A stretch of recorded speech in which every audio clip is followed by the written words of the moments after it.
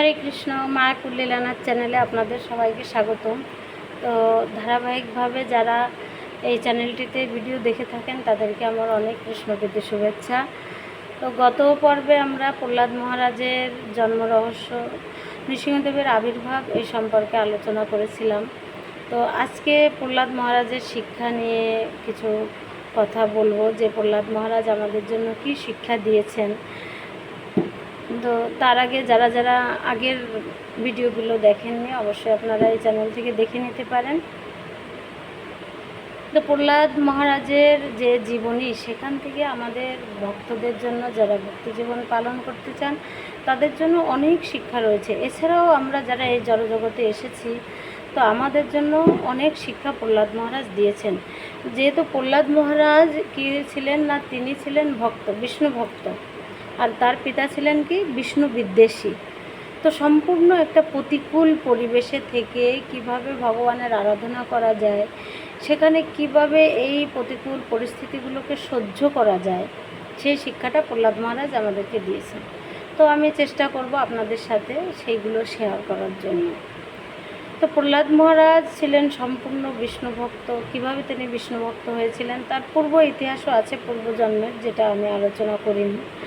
তো এই জীবনে যে তিনি প্রহ্লাদ ভক্ত হয়েছিলেন, তার গুরুদেব নারদ মুনির কাছ থেকে তিনি শিক্ষা লাভ করেছিলেন গর্ভাবস্থায়, এবং পরবর্তীতেও তিনি যখন ছোট ছিলেন তার মা বিভিন্ন ঋষিদের সেবা করেছিলেন। চাতুর্মাসের সময় 4 মাস যে ঋষিরা ব্রত পালন করেন তাদের থেকে তিনি সেবা করেছিলেন, এবং প্রহ্লাদ মহারাজ তখন ছোট ছিলেন, এবং তিনিও সেই ঋষিদের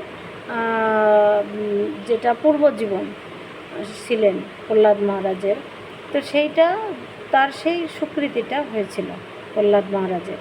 তিনিও তাদের থেকে শ্রবণ করেছিলেন, এবং এই জন্মে তিনি গর্ভে অবস্থায় নারদ মুনির উপদেশ শ্রবণ করেছেন। তো এইভাবে হিরণ্যকশিপুর কাছে যখন আসলেন, হিরণ্যকশিপুকে তিনি উপদেশ দিলেন পিতাকে। তিনি কিন্তু পিতা জিজ্ঞেস করছেন যে তুমি গুরুকুলে সবথেকে ভালো কী শিখেছ? তখন তিনি বললেন নববিধা ভক্তির কথা। তারপরে কিন্তু প্রহ্লাদ মহারাজকে আবার যখন আনলেন তখন বলছে যে সবথেকে ভালো কোনটা তুমি শিক্ষকের কাছ থেকে, যিনি শিখিয়েছেন তার কাছ থেকে? তখন প্রহ্লাদ মহারাজ বললেন যে আমার মনে হয়, তিনি বলছেন না যে শিক্ষক আমাকে শিখেছেন, আমার মনে হয় যে এই যে ভগবান আরাধনা, এইটাই শ্রেষ্ঠ। তা কেন শ্রেষ্ঠ তা বলছে, হে অসুরকুল শ্রেষ্ঠ। হিরণ্যকশিপু তাকে বলছেন, হে অসুরকুল শ্রেষ্ঠ, যে এই যে ভগবান আরাধনা, এই আরাধনা এতটাই মানুষের জীবনে গুরুত্বপূর্ণ যে মানুষ এখানে আমরা জন্মগ্রহণ করেছি, আমরা ভগবানের ক্ষুদ্র অংশ, আমরা চিন্ময় আত্মা। আমাদের সেই ভগবানের সাথে যে সম্পর্ক রয়েছে, সেই সম্পর্কটা থেকে পুনরুদ্ধার করাই হচ্ছে আমাদের জীবনের কর্তব্য। কিন্তু আমরা সেটা ভুলে গিয়ে কি না, এই দেহটাকেই আমি মনে করে এখানে আমরা ভোগ সুখে মত্ত হয়ে আছি। তো এইটা আমরা কিভাবে পারবো? তো প্রহ্লাদ মহারাজ উপদেশ দিচ্ছেন যে আমাদেরকে এই যে গৃহব্রত, এই গৃহব্রত মনোভাবটা ত্যাগ করতে হবে।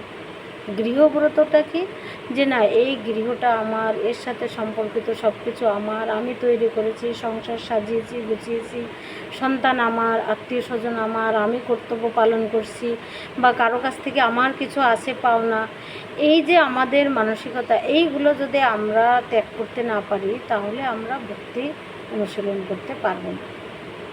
আর বলেছেন যে আমাদেরকে প্রধানত একটা জিনিস তিনি বলেছেন, যে যখন কোনো ব্যক্তি একজন অন্ধ ব্যক্তিকে অনুসরণ করে তাহলে তার কি গতি হয়। একজন অন্ধ ব্যক্তিকে যদি আমি অনুসরণ করি, তো অন্ধ ব্যক্তি তো চোখে দেখতে পায় না, সে যে দিকটাই পারছে সেদিকেই চলছে। আর তারপরে কি হচ্ছে না, একটা সময় হয়তো সে গর্ত সামনে আছে, বুঝতে পারছে না, গর্তে পড়ে যাচ্ছে। তো আমিও যদি অন্ধের মতো তাকে অনুসরণ করি তাহলে আমাকেও গর্তে পড়তে হবে। তো এজন্য আমাদেরকে সদা সর্বদা চেষ্টা করতে হবে, দেখতে হবে যে আমি কার আনুগত্যে আছি, কাকে অনুসরণ করছি, এই জিনিসটা আমাকে খুব ভালো করে দেখতে হবে। আমরা তাকেই অনুসরণ করব যিনি আমাকে একটা সঠিক রাস্তাতে নিতে পারবে, সঠিক পথ দেখাতে পারবে। সেই রকম তত্ত্বদ্রষ্টা ব্যক্তিকেই আমরা অনুসরণ করব। অন্ধ বলতে চোখে অন্ধ এরকম নয়, জ্ঞান অন্ধ, যার ভিতরে জ্ঞান নেই, প্রকৃত জ্ঞান। প্রকৃত জ্ঞান বলতে আবার জাগতিক পড়ালেখার জ্ঞান নয়, না উনি অমুক বড় শিক্ষক, অমুক বড় বিজ্ঞানী, আমি তাকে অনুসরণ করি না। ওইটা হচ্ছে এই দেহাত্ম জ্ঞান, দেহ সম্পর্কে। আত্মার জ্ঞান তার ভিতরে নেই, আত্মজ্ঞান নেই। যার ভিতর আত্মজ্ঞান রয়েছে, আমি কে, এই আত্মাটা কে, আমি কে, কোথা থেকে এসেছি, এই জগতে কেন আসলাম, মৃত্যুর পর আমি কোথায় যাব, এই দেহটাকে আমি। তাহলে যদি এখন একজন দেহ ত্যাগ করে, তাহলে বলা হয় কি যে না উনি চলে গেছেন, উনি পরপারে চলে গিয়েছেন, উনি দেহ ত্যাগ করেছেন। সেই উনিটা কাকে বলা হয়? দেহটাকে নয়, কিন্তু আত্মাকে বলা হয় উনি। উনি চলে গিয়েছেন, উনি আর নেই, উনি মারা গিয়েছেন। তো সেই উনিটা বা সেই আমিটা হচ্ছে আত্মা, আমিটা দেহ নয়।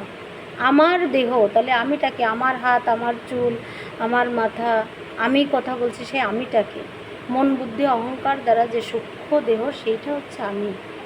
তো সেই আমিটা আমাকে জানতে হবে, এবং যিনি এরকম তত্ত্বদ্রষ্টা, যিনি এই সম্পর্কে সঠিক জানেন, তাকেই অনুসরণ করতে হবে। প্রহ্লাদ মহারাজ তার পিতাকে সেই উপদেশটা দিচ্ছেন, সেই শিক্ষা দিচ্ছেন তার পিতাকে, যে আমাদেরকে কাকে অনুসরণ করতে হবে।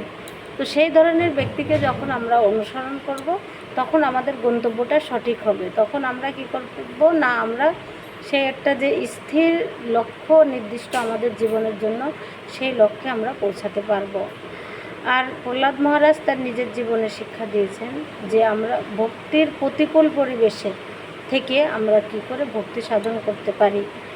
আমাদের জীবনে প্রচুর বিভিন্ন প্রকার যে ক্লেশ আছে আমাদের জীবনে, প্রহ্লাদ মহারাজের জীবনে ছিলেন তার পরিবার, তার পিতা মাতা, মাতা নয়, তার পিতা সবথেকে তার জীবনের বড় শত্রু ছিল। তিনি বিভিন্নভাবে চেষ্টা করেছেন তাকে হত্যা করার জন্য, কিন্তু প্রহ্লাদ মহারাজ সর্বদা নির্ভীক ছিলেন।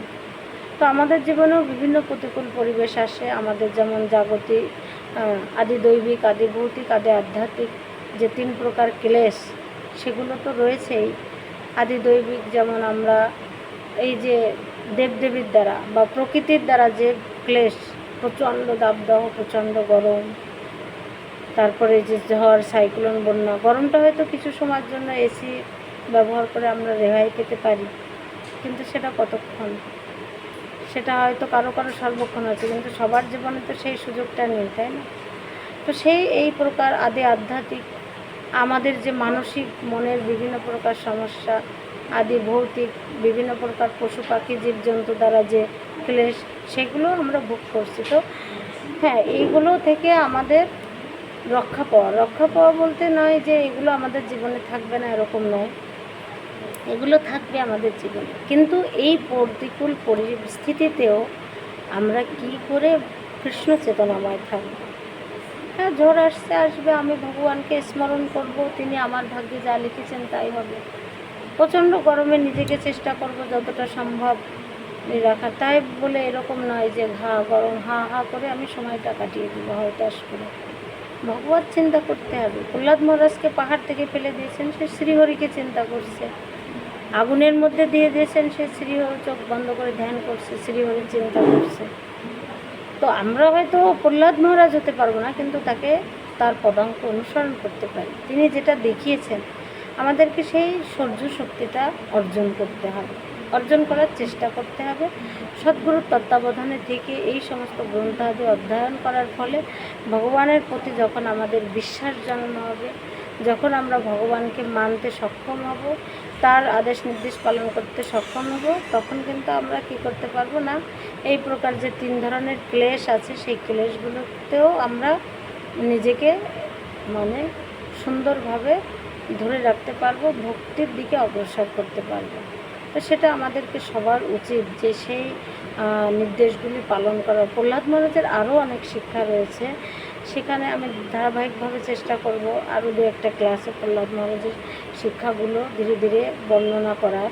তো তিনি প্রথমত তার পিতাকে যে দুইটি উপদেশ দিয়েছেন, সেটি হচ্ছে অবশ্যই তাকে একজন যে সৎ গুরু বা সৎ ব্যক্তির তত্ত্বাবধানে থাকতে হবে, শ্রীহরির আরাধনা করতে হবে, এবং এই যে গৃহব্রত, আমি সব কিছু তৈরি করেছি, আমার সব কিছু, আমরা অনেকে দেখি ভক্ত হওয়ার পরেও আমাদের ভিতরে এই মনোভাবটা থাকে, যার কারণে আমরা পূর্ণরূপে ভক্তি অনুশীলন করতে পারি না। হয়তো মালা তিলক পরেই হরিনাম জপ করি, কিন্তু আমাদের সে আসক্তিটা ত্যাগ হয় না। তো বলেছে যে এই যে গৃহব্রতা নাম, গৃহব্রতটা আমি আমার সব কিছু বা আমি তৈরি করেছি, এই গৃহব্রতটা ত্যাগ না করা পর্যন্ত আমরা কিন্তু পূর্ণ ভক্তি অনুশীলন করতে পারি না, এবং ভগবত ভক্তির যে পূর্ণতা, যে পূর্ণ স্বাদ, সেইটা আমরা লাভ করতে পারি না।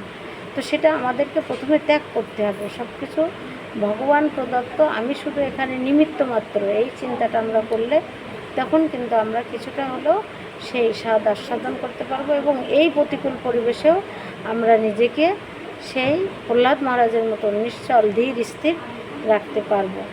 তো আপনারা সবাই ভালো থাকবেন।